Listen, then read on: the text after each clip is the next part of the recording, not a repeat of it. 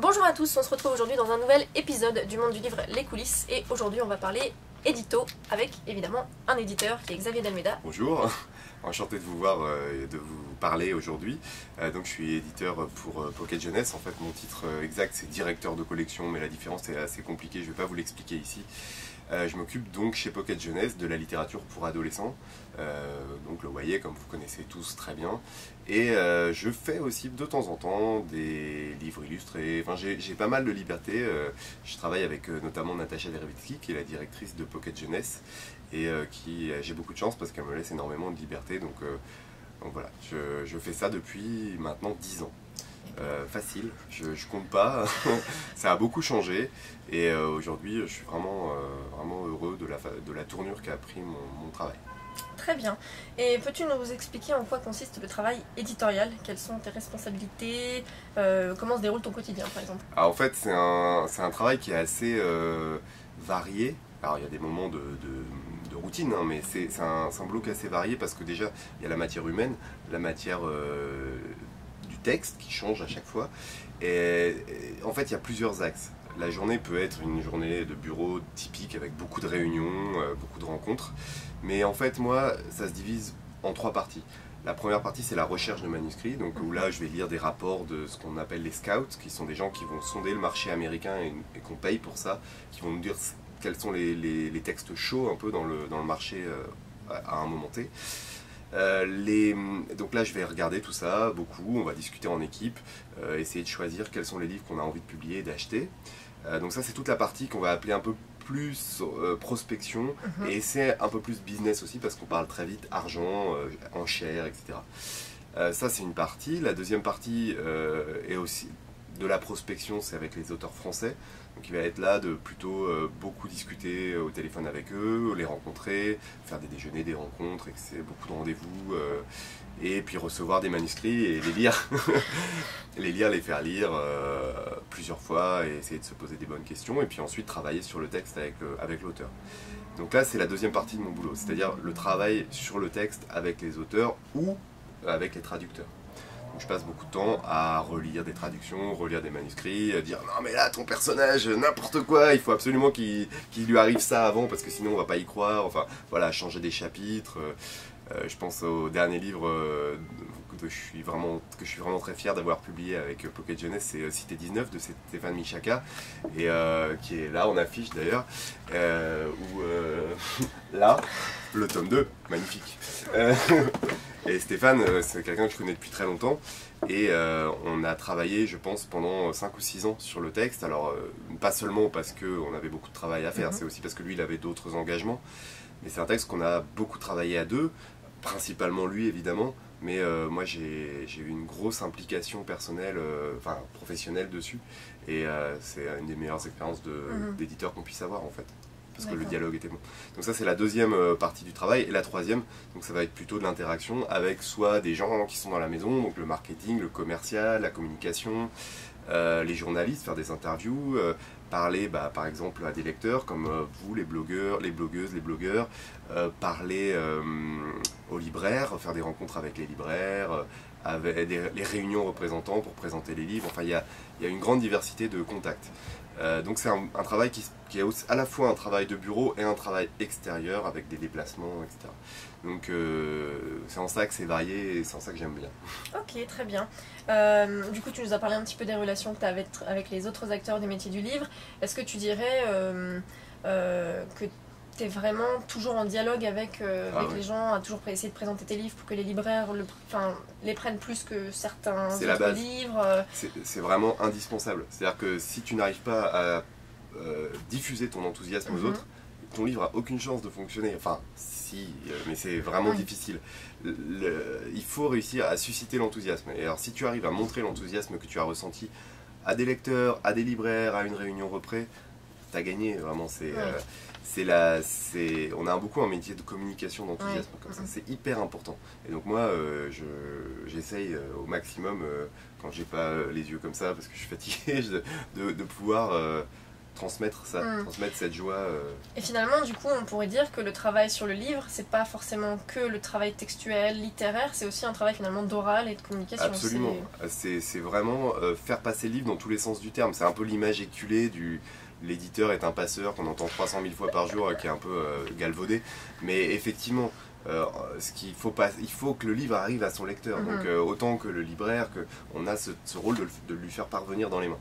Et pour nous, oui, c'est du dialogue. C'est aller dans des rencontres, aller expliquer pourquoi, comment ce livre est ce qu'il est aujourd'hui, pour quelles raisons il a été écrit comme ça, pour quelles raisons on a eu envie de le publier, qu'est-ce qui nous a enthousiasmé en fait.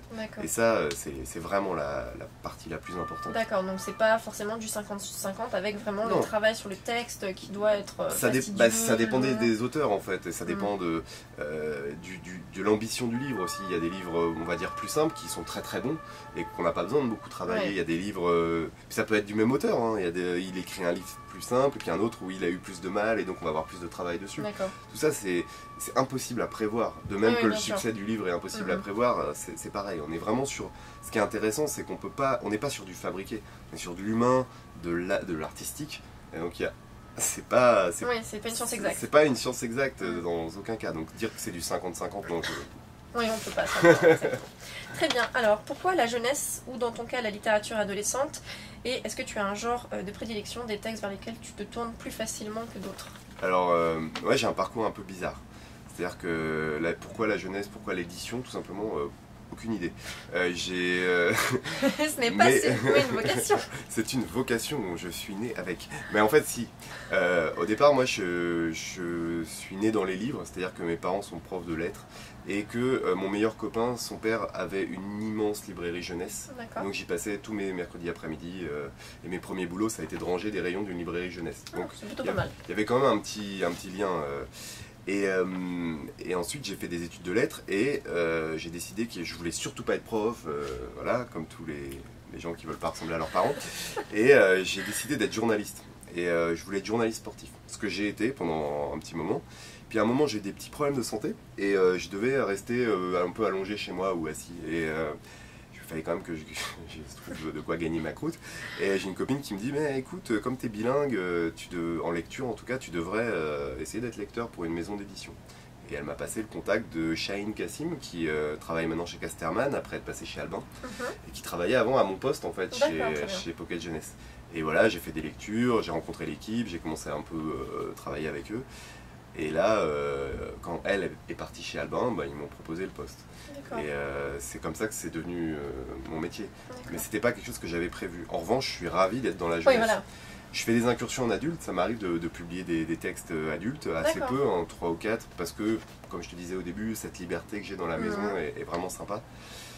Mais oui, la jeunesse, c'est un univers que j'adore.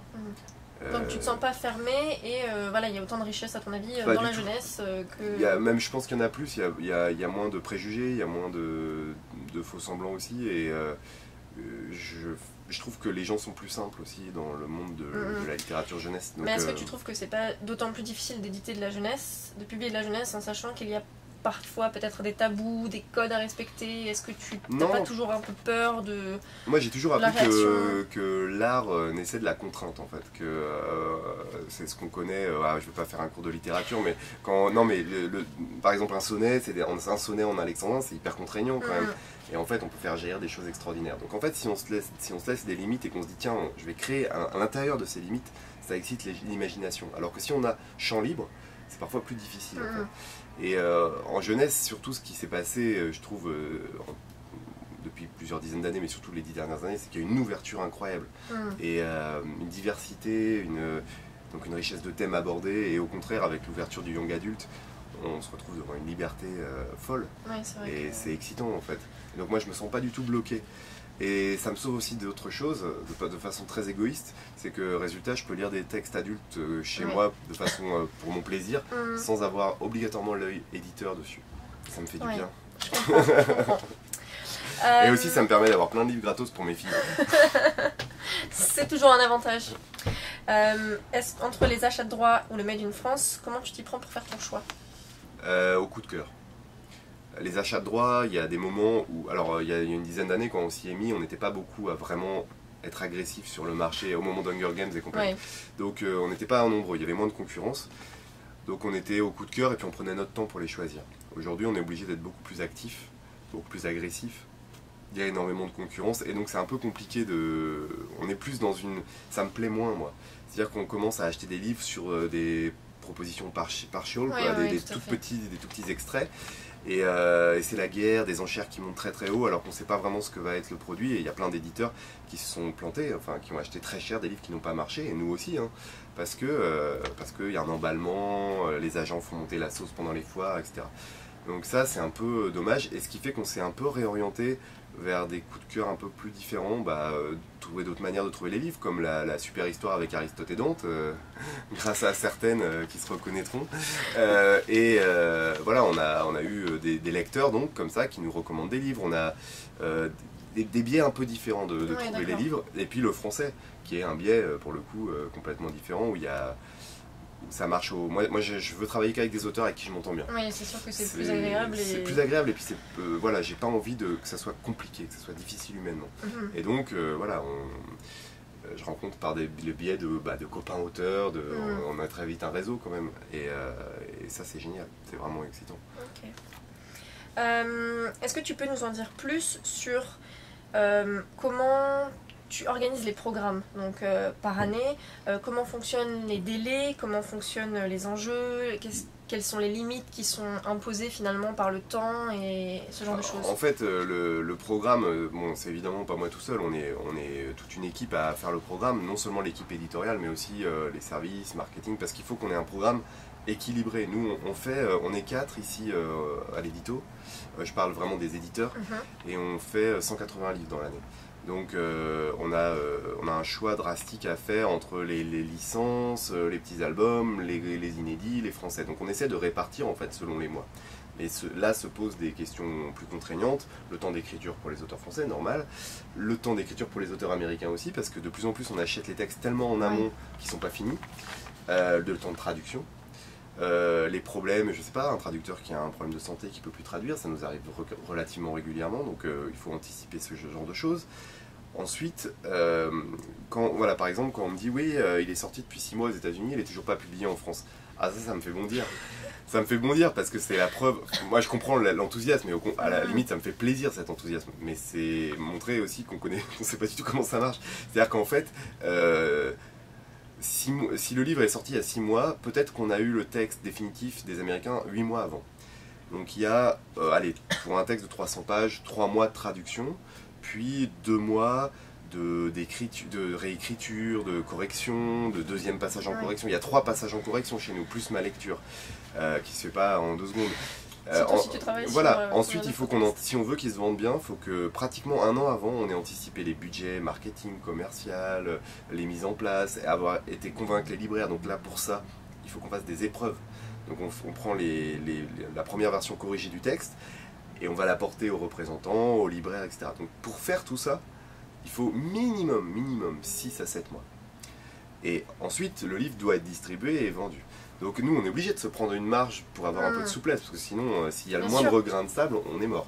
Ou à l'imprimante, à l'impression, pardon. Donc c'est ce qui explique le décalage en fait. Et c'est pratiquement impossible de publier un texte beaucoup moins d'un an après sa sortie américaine. Parce que finalement, on voit très rarement des sorties simultanées, voire parfois des sorties en exclusivité. Enfin, ça reste quand même très rare. Ça peut arriver, ça arrive dans le cadre où on a un deal avec l'agent américain qui est très clair, ou avec l'éditeur américain, où on sait qu'ils vont sortir à telle date, mais le texte est prêt depuis très longtemps. Ça arrive. Mais la majorité du temps, c'est pas le cas. Et on se retrouve parfois avec des problèmes. Par exemple, prenons Amber in the Ashes, Une Braise sous la cendre. Le tome 2, j'avais pas prévu d'avoir les textes dont je parlais juste à côté. Le tome 2 va être donc sortir en octobre, et on est très short parce qu'on a reçu le texte définitif il y a 1 semaine. Donc 1 semaine, je sais pas quand cette vidéo va être publiée, mais c'est il y a peu de temps. Et donc on est début juillet pour début juillet, ouais. Donc il est très gros. Il faut le temps de traduction, 3 mois. on est dans des délais Est-ce que dans ces horribles. cas-là, vous devez prendre plusieurs traducteurs pour faire des moitiés ça, de texte ça c'est pas possible. Il y a une cohérence, Après, ça nous demanderait trop de boulot d'uniformiser la traduction. Non, là, on est à se dire, est-ce qu'on le décale d'une semaine? Enfin, on est vraiment dans des temps très très serrés. Ou alors, on dit au traducteur de ne plus faire, de ne plus dormir. De ne plus dormir, de ne plus vivre, en fait, tout simplement, de ne plus manger. Non, mais c'est compliqué, ça. Et donc, on a des reproches. On dit, ouais, mais il est sorti plus d'1 an après le tome 1, c'est impossible. Mais...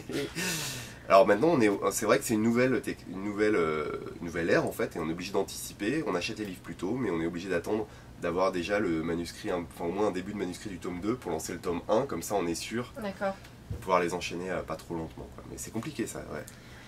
Donc on va partir encore sur des questions un petit peu de remarques de lecteurs, on va dire.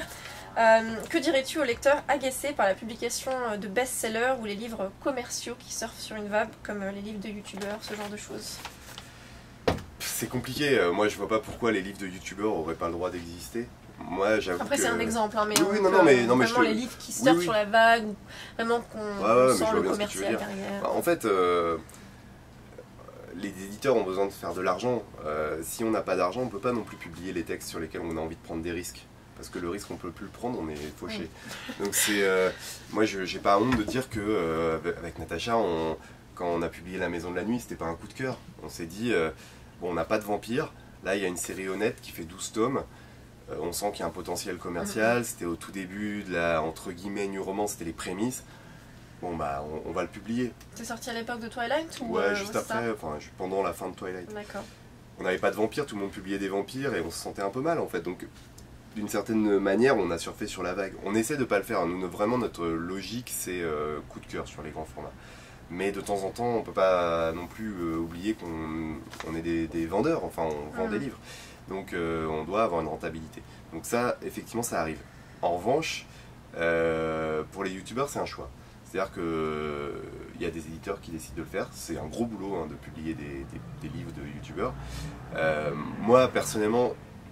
J'aime beaucoup les youtubeurs dans ce qu'ils font sur YouTube, mais je pense pas que leur métier ce soit écrivain. Donc c'est pas des livres d'écrivains, ça me dérange pas que ça existe. Je veux dire, comme on en parlait avant cette interview, il y a des livres d'hommes politiques, c'est pas non plus des écrivains, enfin pas tous. Il y a des livres de plein de gens qui sont inintéressants, je veux dire, je vois pas pourquoi, voilà, on l'aurait, voilà, je vais pas donner d'exemple. Mais donc ils ont le mérite d'exister. Moi c'est pas ce que j'ai envie de faire parce que moi je suis vraiment, je crois pas que je serais bon en plus. C'est-à-dire que moi je pense que ma valeur ajoutée c'est sur l'écriture plutôt littéraire, enfin littéraire dans le sens l'écriture de romans quoi, de fiction. Après pourquoi pas, mais je crois que j'ai vraiment pas envie d'y aller. Oui. Mais du coup, voilà, un éditeur, il a besoin de publier des choses qui, entre guillemets, se vendent, ont une source, enfin un lectorat sûr avant, pour pouvoir justement publier des choses après. Mais de même qu'un libraire est obligé d'avoir des best-sellers, des Marc Lévy, Guillaume Musso, Anna Gavalda, enfin tout ça, pour vivre.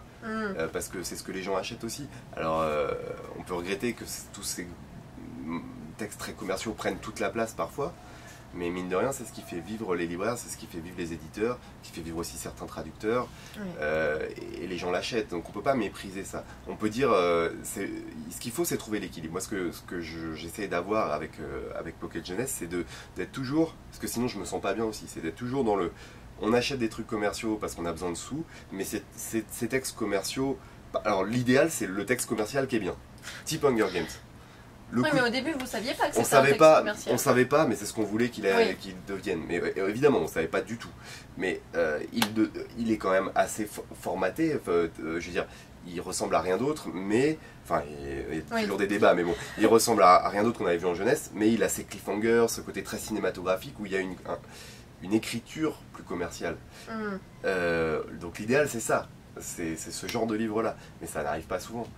Donc il y a les textes très commerciaux parfois moins intéressants qui nous permettent de prendre des risques sur un Stéphane Micheka, sur La Poire Géante, sur je sais pas, plein de coups de cœur, de Loris Murail aussi, enfin des auteurs français, des auteurs pas français mais plus risqués, Aristote et Dante, voilà. On peut se permettre ce genre de pari parce qu'on a des textes commerciaux. Sinon on n'y arrive pas en fait, et on se fait taper sur les doigts. Oui, parce que vous avez aussi des comptes à rente financiers, bien sûr. Oui, bien sûr. Et donc c'est un peu naïf quand j'entends des gens qui me disent « Ah mais ça c'est hyper commercial, c'est un peu honteux ». Bah ouais. Et alors? Oui, et puis aussi, on peut se dire honteux, mais il y a quand même un travail derrière. Donc c'est aussi livre, de se dire... les livres, même ceux qui ne se vendent pas du tout, chaque livre nous demande le même temps. Oui, bien sûr. C'est vrai qu'on peut ne pas aimer quelque chose, mais après, il y a quand même un travail d'auteur, il y a un travail d'éditeur, il y a un travail de vente, et c'est vrai que de voir une agressivité aussi forte sur ces livres, c'est parfois ça après c'est le phénomène internet, c'est-à-dire que c'est toujours plus facile d'être agressif sous un pseudo sur son écran. Après, on n'y pense pas trop, c'est toujours agaçant parfois en tant qu'éditeur et en tant qu'auteur, mais en tant qu'éditeur, c'est parfois difficile de recevoir des critiques très agressives quand on a passé...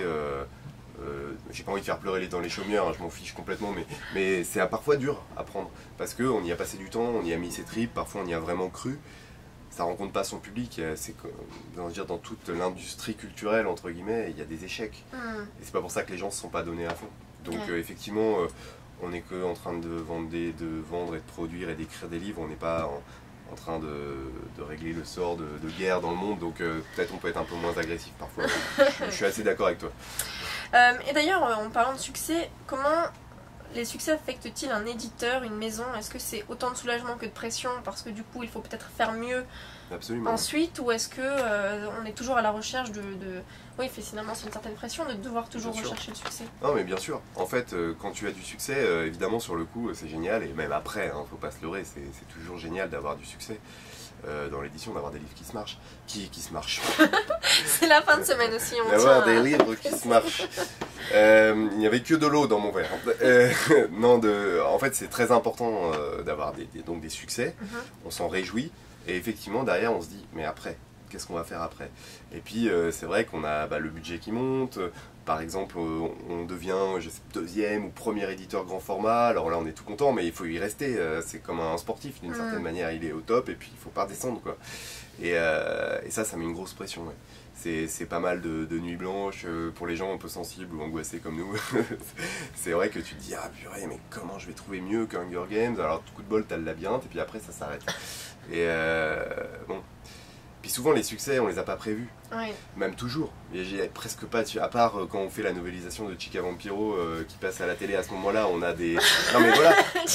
Mais oui. Ça c'est vraiment aussi par exemple quelque chose dont on parlait des succès commerciaux et de surfer sur la vague, ça c'est vraiment quelque chose par exemple qu'on comprend pas forcément nous en tant que peut-être lecteurs plus âgés. Oui, c'est ça. Et puis finalement on se rend compte qu'il y a vraiment un public pour ça. Il y a un public, c'est pas le même.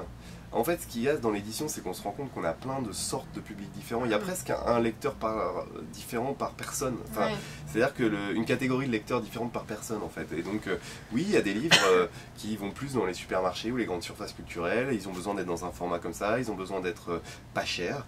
Et ils ont besoin de s'appuyer sur une actu fraîche. Et donc, on se retrouve avec Chica Vampiro. Mais Chica Vampiro... En fait, comme ça, on a l'impression que c'est des livres qu'on produit à la chaîne avec une machine et qu'on produit à partir de la série télé. Il faut savoir qu'on a embauché quelqu'un qui est écrivain pour les écrire et que ça nous prend énormément de temps parce qu'après on retravaille le scénario. Nous ce qu'on reçoit pour ces livres-là, c'est une sorte de storyboard et le dessin animé, la série télé qu'on voit à la télé. Et après, il faut en faire une histoire. Et c'est pas une histoire au début, enfin, c'est léger comme scénario. Donc... c'est pas non plus quelque chose dont on a à avoir honte. C'est juste qu'on s'adresse pas aux mêmes personnes. Donc effectivement, quelqu'un qui est fan des grands formats PKJ, on sait bien que c'est pas lui qui va lire Chica Vampiro, mais ça sera peut-être sa petite sœur ou sa cousine. Tant mieux. D'accord. Et donc voilà, quand vous avez un succès comme Chica Vampiro, vous dites que vous avez peut-être un petit peu de temps ou de répit peut-être avant d'en trouver un autre. Exactement, c'est exactement ça.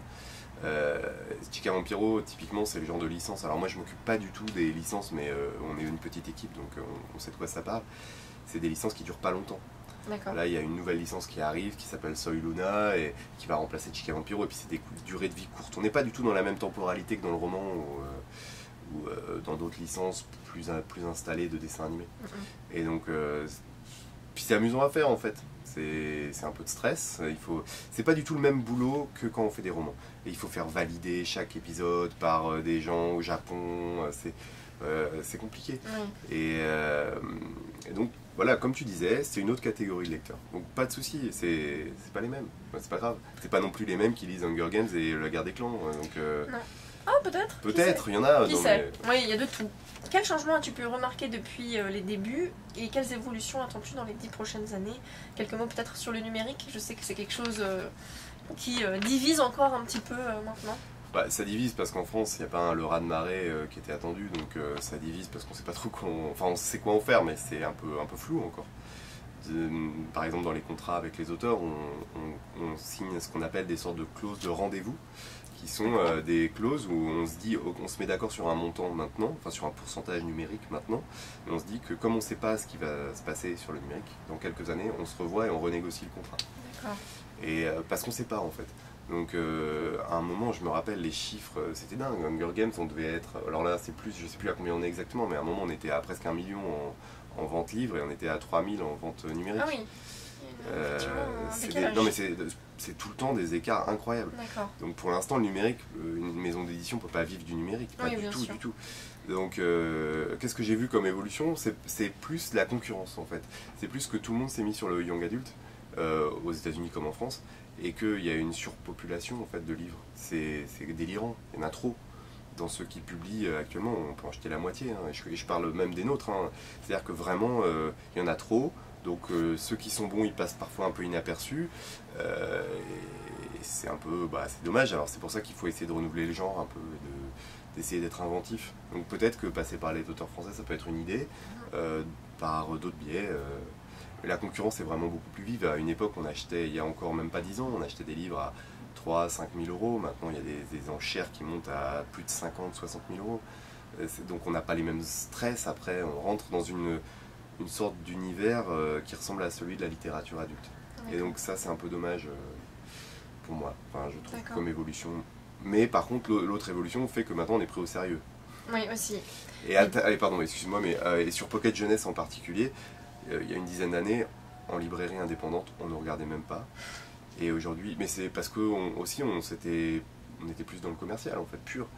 Aujourd'hui, on a, je pense, réussi, en tout cas sur certains textes et certaines collections, à mélanger du commercial et du littéraire, et donc à avoir une écoute de la part des libraires plus indépendants. Moi je le vois, il y a des librairies dans lesquelles on n'était pas présent et qui maintenant nous font venir, disent « Ah, c'est super, maintenant que vous avez changé un peu de ligne éditoriale, on prend vos livres », et ça fait hyper plaisir, c'est hyper important. Et puis la troisième chose, à mon sens, qui a beaucoup changé, c'est vous. C'est les lecteurs qui, par le biais des blogs, par le biais des vidéos, s'adressent à nous directement, nous connaissent. Avant, moi, il y a 10 ans, je rencontrais jamais des groupes de lecteurs aussi pointus dans les bureaux. Jamais. Je les rencontrais dans des salons du livre, mais ça n'avait rien à voir.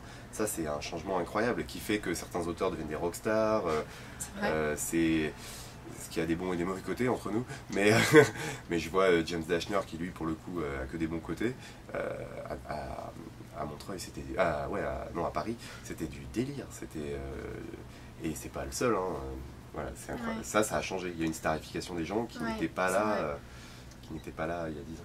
Et du coup, qu'est-ce que tu attends des 10 prochaines années? Est-ce que tu as peur de ce qui pourrait arriver? Non, j'ai pas du tout peur. Moi, je veux juste m'amuser. Je veux prendre du plaisir, en fait. Donc, je veux continuer à trouver des coups de cœur. Et je pense pas qu'il va y avoir une raréfication de l'imagination des auteurs. Je pense qu'on va avoir des surprises et qu'il faut être à l'écoute, en fait, du monde, des lecteurs. Il faut lire à mort, vraiment, de tout. Et tu peux tomber sur des surprises, tu peux tomber sur des rencontres, tu peux... C'est ça qui est excitant dans ce métier, c'est d'être à l'affût, mais pas à l'affût forcément en se disant tiens, lui je vais acheter un de ses livres. C'est lui, peut-être que je vais rencontrer tel mec en passant par lui, et puis un jour, paf, un écho, tu te souviens de ce type que tu avais rencontré il y a 3 ans, et hop, il y a une alchimie qui s'opère, et puis il t'envoie un livre, et puis c'est super. Enfin, c'est vraiment beaucoup d'intuition et beaucoup de sensibilité. Tu marches à l'émotion. Et moi j'ai envie que ça continue comme ça et qu'on s'amuse, quoi. Très bien. Donc tu es optimiste pour le livre papier, tu es optimiste pour le livre tout court. Ah mais carrément. Eh ben ça fait plaisir. Carrément. Regarde, on dit toujours, il y a toujours des vieux débiles pour dire que les jeunes lisent plus, etc. Mais regarde dans les salons du livre. Je veux dire, il n'y a jamais eu d'ado. Moi quand j'étais ado, on n'avait pas des bouquins aussi gros, aussi variés. Je suis pas hyper vieux, je suis vieux, mais je suis pas hyper vieux. Et c'est très, enfin, on est obligé d'être optimiste face à ça. Je dis, peut-être que ça serait bien qu'on fasse plus de passerelles entre une littérature, on va dire, plus classique plus littéraire et cette littérature ado. Mais à mon sens, cette littérature qu'on appelle ado, qui touche bien plus que les ados, comme on le sait, on en a déjà beaucoup parlé, c'est ce qui a remplacé la littérature populaire, la littérature un peu de gare qu'on avait avant, même la SF. Moi je me rappelle même des gens que je connaissais qui avaient 20-25 ans quand j'étais plus jeune, qui étaient à fond dans les rayons SF, fantasy. Ces rayons-là se sont un peu écroulés, mais ça a migré sur le young adulte. Donc là, il y a un champ des possibles incroyable. Donc il n'y a pas de... Enfin, je suis optimiste parce que les gens achètent des livres, quoi. Le secteur de la jeunesse, c'est pas un secteur qui est en crise. Donc tant que les jeunes lisent, ils vont continuer à lire. Et bah c'est parfait, on termine sur une très bonne note du coup. Les jeunes continuent à lire, hein, n'est-ce pas? Et merci beaucoup. Les jeunes, continuez à lire. Ça donne pas trop envie là quand même. Voilà, alors. Donc voilà, je te remercie Xavier d'être venu discuter de ton métier. Bah, surtout que c'est toi qui es venu en fait. Oui, mais sur la chaîne je veux dire. Je te remercie et puis j'espère que la vidéo vous aura plu, que vous aurez appris peut-être des choses que vous ne connaissiez pas et on se retrouve très vite pour le prochain épisode. Au revoir. Au revoir.